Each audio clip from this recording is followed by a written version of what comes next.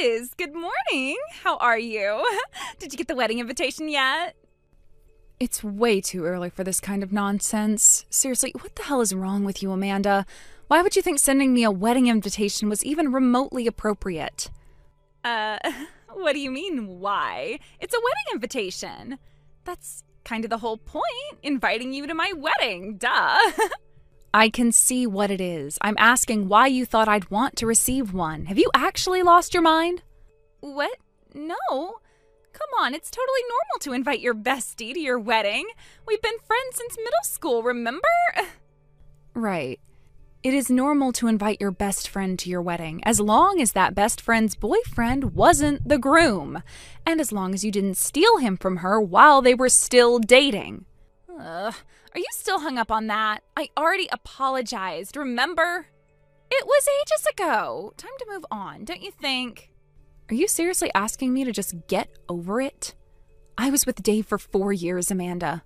We were already talking about our wedding. And then out of nowhere, you show up, announce you're 2 months pregnant with his baby, and tell me to let him go? Then barely a month after we break up, you send me a wedding invitation? What kind of twisted logic do you live by? Well, I mean, the pregnancy kind of changed things, you know? I had to tell him, and he had to take responsibility. It's not like I planned it or anything. Things just happened. Honestly, I don't care anymore if you two get married or crash and burn, but don't fool yourself into thinking I've forgiven you. I hate you, deep down, with everything I have. So do me a favor, don't send me garbage like this invitation. You don't invite the groom's ex-girlfriend to the wedding you ruined her chance at. Stop involving me in your mess. Jeez, don't be so harsh. I know things got a little messy, but you're still my friend, aren't you? I want you to be there on my big day. I want you to see it and celebrate with me. Please, Liz. Yeah, no, you just want me there so you can rub it in. You want to watch me squirm from the front row while you parade around in a designer dress, clutching the man who was mine. You want that smug little satisfaction. Don't act like I don't know how you operate. I've known you for over a decade. I know you. Okay, fine. Maybe I do want to show off a little. Is that so bad? I mean, come on. Do you know how much I'm spending on this wedding? $60,000. I had to get married before my body started going downhill, so I didn't have a ton of time, but I still made it gorgeous. Dave told me I could spend whatever I wanted, so I did. We're talking a full glam wedding. Lights, fireworks, gourmet, everything. I'm gonna look like royalty, and I want you to see it. To sit there and marinate in regret. Your taste is disgusting, and your personality even worse. Aw, come on, be honest. It's a little satisfying, right? I mean, back in school, it was always you getting the attention. You were the one guys chased. No one looked twice at me. But guess who ended up on top? Guess who gets the happy ending? This isn't a fairy tale. You destroyed a relationship and latched onto the wreckage. Or maybe I was just smarter. You had him for 4 years and still didn't lock him down. Me, I swoop in, get the ring, get the baby, get the dress. Looks like brains beat beauty after all, huh? Sorry, not sorry, Liz. You are vile. Well, I'm just saying. You could have been the one marrying Dave, but now I am, and I'm having his child. Oops. So, the least I could do is let you see what you're missing, right? I'll even give you front row seats. You think I'd show up to that circus? Dream on.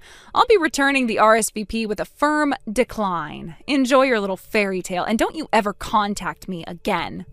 Aw, lame. You're no fun, but whatever. I'll send you the wedding photos later anyway. Bye, Liz. Enjoy your single life. I'll be off living happily ever after.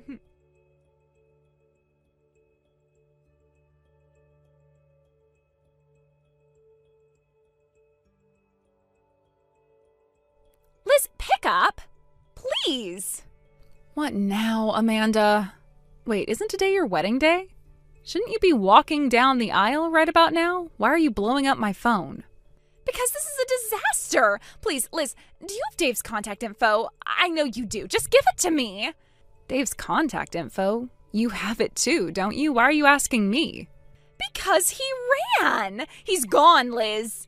He said he was going to change for the second outfit and nothing. He just disappeared. And now everything's gone. His bag, his suit, his wallet, everything. I tried calling him, texting, emailing. He blocked me on everything. Even the stuff in the groom's room is gone. Wait, are you serious? Dead serious. I cornered one of his supposed cousins. Turns out none of them were real. His parents, his friends, all actors. They were hired for the day. I don't even know who I married. Liz, what the hell is going on? Yeah, that's what I figured. What? What do you mean you figured? Are you involved in this? Not involved, but you're the third woman this month to come yelling at my door about the same thing. What? Yeah, it's looking like Dave had at least 4 women on the hook, including me and you. Wouldn't be surprised if more came out of the woodwork. And guess what? He promised marriage to every one of them. Then on each wedding day he bailed, took the cash gifts, and ran. One woman said he emptied her savings account, too. You're joking. You have to be joking. I wish I was, but no, it's real. And I guess he told all of you that my house was his house because all of you poor girls keep showing up at my front door. It's gotten so bad, I've started packing to move. Who cares about your stupid move? You're telling me Dave conned me? He's a literal con artist? That's marriage fraud. That's a crime. And you just sat on this? Honestly, yeah. I didn't even realize he was cheating on me with you, or with others. He was weirdly good at hiding it. I only found out after the first girl showed up crying on my porch. And you didn't think to tell me? If you knew he was a fraud, why didn't you stop the wedding? You could have saved me. Excuse me? You stole my boyfriend, remember? You knew we were together, and you still went after him. So, no, I don't owe you anything. Warning you would have been like helping out a thief. We were best friends, Liz. You could have helped me just this once. No, we were best friends until you slept with my boyfriend and got pregnant. After that, you became someone I didn't owe a damn thing to. But hey, credit where it's due. Because you took him off my hands, I got to dodge a huge financial disaster. So, thanks for that. Really, saved me a fortune. If you're so grateful, then why didn't you say something before I got this far? Do you have any idea what today was supposed to mean for me? The venue's in chaos. The guests are panicking. The groom is gone. I have to refund the gifts, but there aren't any.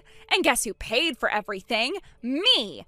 I'm stuck with the $60,000 bill. And that's my problem how? It's not my wedding, not my groom. I didn't scam you. Dave did. He's your ex. That makes this your mess too. You owe me, Liz. You can pay the $60,000. You can pay it back with the money you didn't lose thanks to me. What kind of backwards, desperate logic is that? I was never married to the guy. I didn't sign a contract or plan a ceremony or send out invites. I was just another name on his little rotation. You want me to pay your wedding debt because I dated him once? What is that? Emotional taxation? You knew what he was. You could have stopped this. You could have told me and saved my future. No, this whole thing wouldn't have even happened if you hadn't been dating him in the first place. If you had seen through him sooner, none of us would have been dragged into this. Amanda, let me break this down for you. You slept with my boyfriend. You got pregnant by him. Then you planned a wedding with him behind my back. And now that it all blew up in your face, you're blaming me? Yes, because I don't know what to do. I have a baby, Liz. It's his. What do I do now? He's gone. I can't raise a kid by myself. Then talk to your family. Find a lawyer. File a police report. He's clearly done this before. Maybe they'll catch him this time. It's going to be hard, but you're not the first woman to raise a kid alone. You'll survive. I can't. I don't even know where to start. Just please, Liz, don't hang up. Don't leave me alone right now. I have nothing. Please help me. I'm sorry, but this is the part where you have to face what you did too. You betrayed me, and Dave betrayed you. That's not a coincidence. That's the cost of trusting someone who lies and becoming one yourself. I wish you luck, I really do. But I can't be the person to save you. Liz, please. Goodbye, Amanda.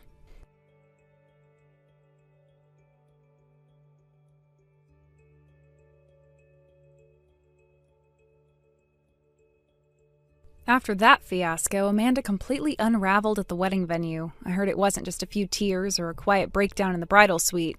No, she went full meltdown mode. In front of everyone. She was screaming at people, throwing accusations, pacing back and forth in her gown like a woman possessed. The guests didn't know where to look. Some just stared in disbelief, while others tried to pretend they were suddenly very interested in their champagne glasses. And then, in the heat of it all, with her voice cracking and her makeup smudged beyond recognition, she blurted it out. She confessed, loudly, without any finesse or remorse, that she had stolen Dave from me. I wasn't even there, but the guests told me how their jaws dropped. The room went silent. One woman spilled her wine all over her dress and didn't even notice. It was that shocking. Apparently, Amanda said it like it was some sort of badge of honor, as if having snatched him away proved something. But all it did was expose her to the reality everyone else had been too polite to mention. The foundation of her relationship was nothing but lies, betrayal, and desperation. People started to leave. Some did so quietly. Others didn't bother hiding their disgust. I'm told one of her aunts called her shameless on the way out. Amanda, still in her wedding gown, tried to regain control of the situation. She grabbed the mic, laughed awkwardly, and said they'd return the wedding money to anyone who wanted it. But it was too late. The illusion had shattered, and no one was interested in playing along anymore. Eventually, she had no choice but to dismiss everyone. Guests were ushered out, and Amanda was left standing in the wreckage of her own choices. No reception, no dancing, no cake cutting, just silence, stunned family members, and a pile of unpaid bills. And those bills, they were significant.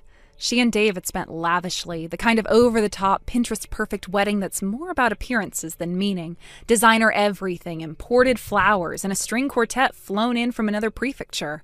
A production.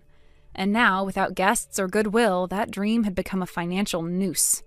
Amanda's parents, once proud and smiling as they walked her down the aisle, were now holding emergency family meetings trying to figure out how to pay for a wedding no one enjoyed and no one wanted to remember. And Amanda, she couldn't even process the numbers. She was too busy dealing with her crumbling image, her imploding marriage, and, most critically, her pregnancy. Because yes, she was expecting. At the time, she'd believed having Dave's child would seal the deal, bind him to her permanently. A kind of twisted romantic insurance. But now, as her belly grew, so did her problems. The costs of prenatal care, hospital fees, baby supplies, it all piled on top of the wedding debt like bricks on her chest. I heard she cried in her mother's arms more than once. Cried because the fairy tale she had fought so hard for had turned into a nightmare, and there was no going back. As for Dave, his downfall came just a few weeks later. 2 months after the wedding, the police caught up with him. He was arrested, not just because of what he did to me, but because he'd done it to others, too. Multiple women had filed complaints, some about financial deception, others about emotional manipulation, and still more about things I can't even imagine. It turns out Dave had been running a long con on more than just me. He had a pattern, a history, and eventually it all caught up with him. Amanda was blindsided. She had thought she was the exception, that she had won the prize. But what she got was a man with a mask, and when that mask finally came off, all she saw was a hollow shell with nothing to give and everything to take. Their relationship devolved into a bitter legal war. Amanda filed for separation, tried to sue him for damages, and even fought to have his name removed from the child's birth certificate. Dave, of course, didn't go down quietly. He dragged her through countersuits, blamed her for manipulating him, painted himself as the victim. From what I heard, they both came out of the court proceedings looking like ghosts. The sparkle was gone, the smugness, the pride. They had consumed each other in that toxic spiral, and all that was left was the ash. Ironically, I got the smallest but sweetest slice of justice. A few weeks after his arrest, I received a small bank transfer labeled as compensation. Just enough to cover the cost of my move to a new apartment. Nothing flashy, but symbolic. It felt like the universe quietly tipping its hat to me, acknowledging the mess I had endured and giving me a clean slate.